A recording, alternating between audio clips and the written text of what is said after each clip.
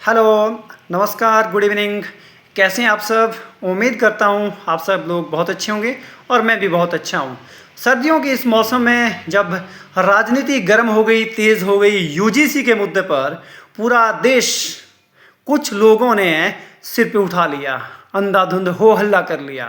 और बड़ी मज़ेदार बात इस बीच में ये हुई कि कुछ लोग जो नोटबंदी के दौरान में, जो लॉकडाउन के दौरान में, किसान जब आंदोलन कर रहा था इस देश में, मजदूर जब आंदोलन कर रहा था इस देश में, बेरोजगार जब आंदोलन कर रहा था इस देश में, जब इस देश के अंदर दुश्मन ने हमला किया, पुलवामा अटैक हुआ, चाइना ने हमला किया, उस वक्त पूरे देश को यही समझाया गया कि मोदी जी कर रहे हैं तो अच्छा ही कर रहे हैं, मोदी है तो मुमकिन है, यही कहा गया। लेकिन बड़ी मज़ेदार बात है, जब यूजीसी एक्ट इस देश में आता है, एक डिसिप्लिन कमेटीज बनाई जाती है उच्च शिक्षण संस्थानों में, उसके लिए कानून पास करती है सरकार, उस वक्त तो आप ये क्यों नहीं कहने लगे कि मोदी जी कर रहे हैं तो अच्छा ही कर रहे हैं, मोदी जी ने अगर किया है तो कुछ अच्छा ही होगा। तब आपका हिंदुत्व कहाँ गया? तब आपकी राष्ट्रवादी हिंदुत्व की विचारधारा कहाँ गई? तब आपका हिंदू अब्दुल से खतरे में क्यों नहीं दिखा आपको? तब आप SC ST समाज को गालियां देने लग गए। देश के प्रधानमंत्री तक को नहीं छोड़ा आपने, देश के प्रधानमंत्री को आप जाति सूचक अपशब्द कहने पर आ गए। बड़ी हैरानी की बात है, भाजपा जो खुद को हिंदुत्व राष्ट्रवाद की पार्टी कहती है, मैं देखा अपने फेसबुक में और पूरे सोशल मीडिया में भाजपा के कार्यकर्ता और भाजपा के पदाधिकारी एक एक करके अपनी खोखली विचारधारा का एक नायाब उदाहरण प्रस्तुत करते हुए कह रहे थे कि ये कानून सवर्णों के खिलाफ है।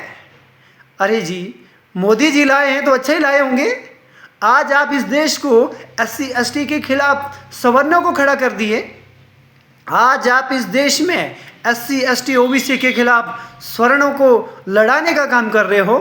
कहाँ गई आपकी विचारधारा? आज हिंदू एकजुट क्यों नहीं हो रहा है आपसे? आज आप इस देश में दंगा फसाद करने के लिए, गृह युद्ध करने तक के लिए आमादा हो गए। मैं इस देश के उच्च वर्ग से ये पूछना चाहता हूँ, आप जो आज तक इस देश में हिंदुत्व खतरे है की बात कर रहे थे, आज आपका हिंदुत्ववादी और राष्ट्रवादी विचारधारा कहाँ चली गई?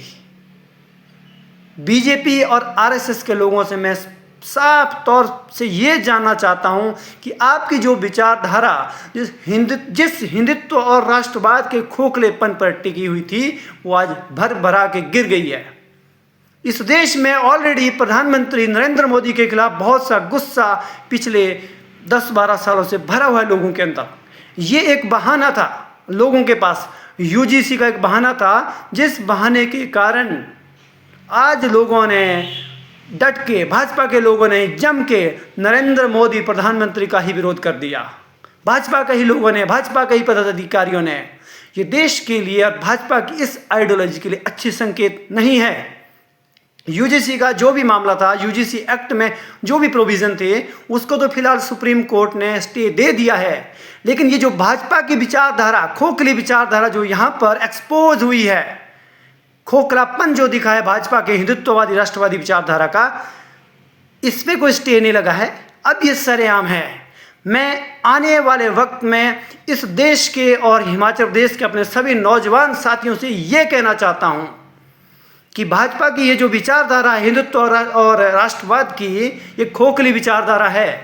कुछ लोग भाजपा के शिमला वाले कार्यालय के बाहर जम के भाजपा विरोधी नारे लगाते हैं। भाजपा वाले किस बिल में घुस गए थे मुझे नहीं मालूम, लेकिन भाजपा के लोग चों नहीं कर पाए, और बहुत से उसमें नारे लगाने वालों में से भाजपा के समर्थक भी शामिल थे।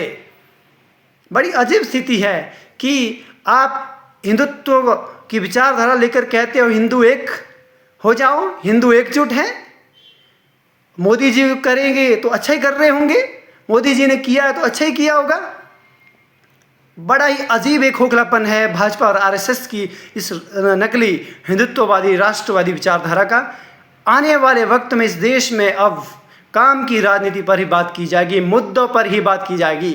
Thank you. जय हिंद, जय देवभूमि।